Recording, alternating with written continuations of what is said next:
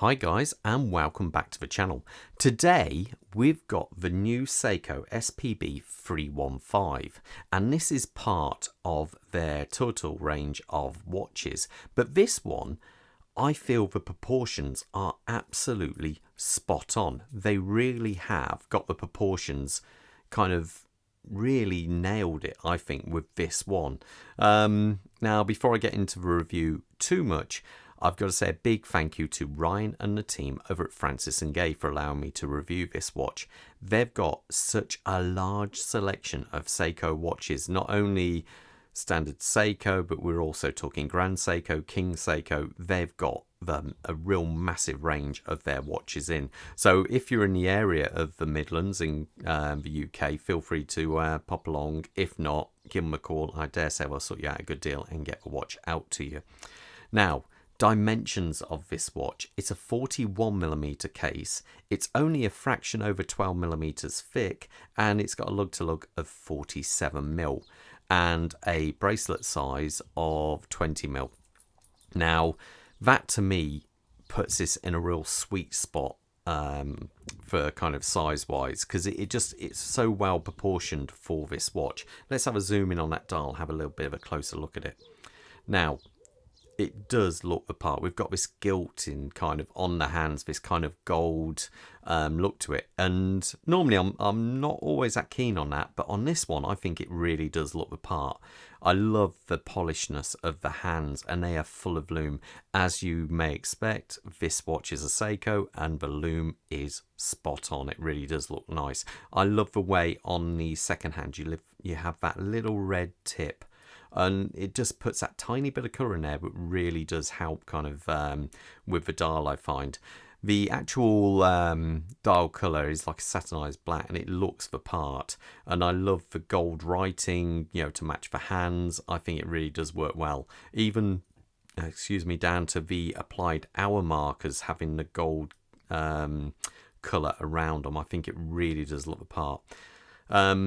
Down here we have the date window at the 4:30 position in a round aperture, which is a little bit different, and I say that does look quite nice down there.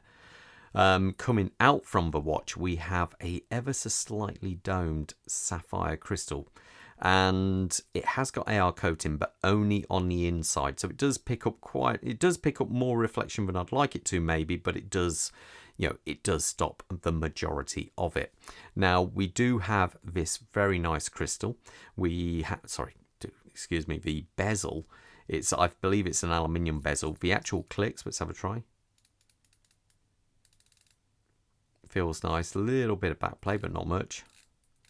120 click, and I think that is, yeah, it does sound very, very nice, to be fair. A lume pip at the top, as this is actually an ISO certified diver, I believe. And then coming out from that, you can see, the coin edge bezel on there really does allow you to purchase this very easily. The actual cushion case. Now, lots of people love the cushion case. I'm not always a big fan, but for some reason, I think the dimensions on this one, I really do like it.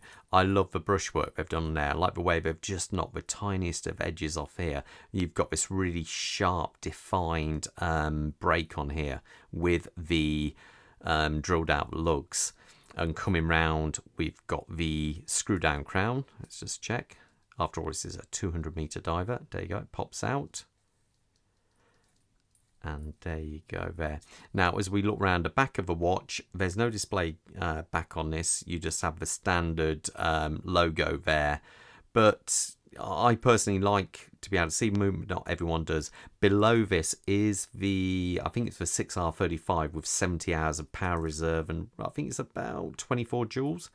Now, I put it on the time grapher earlier on, and it was pulling around about 5 seconds a day, so not too bad for this level of movement. Now, as we come out here, the bracelet, I think, is gorgeous. It really does look the part. A 5-link design, I think it just looks superb. And again, it's satinized kind of finished on there, so that helps it from picking up a lot of scratches. And it articulates really well. There's plenty of movement in there. It's a pin and collar system, I believe. The clasp only has one level of micro adjustment, which is a bit surprising, but it is a nice, well done clasp. You do have the dive link extension on there. So there you go. Let me just clean that dial a little bit.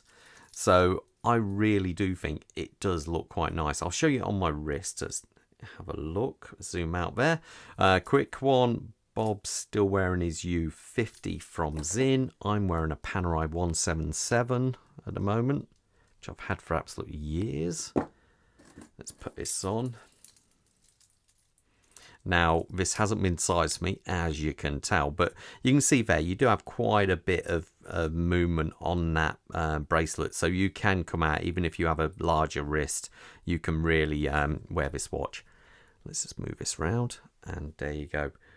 I think it looks quite nice, to be fair, and it does sit very low on the wrist. You can see how that case really does allow it to sit down low. I say, for some reason, I've never been a big fan of cushion cases, but this one really does work. This is possibly the best cushion case of a watch I've ever tried on, ever. I really do think it sits so comfortably down on the wrist. So there you go, that's it. So anyway, let me know what you think of a watch, and got any questions, drop them into the comment section below. I always try and get back to the questions, and I'll leave you to it, guys. So all the best, and most importantly, stay safe out there. Take care. Bye.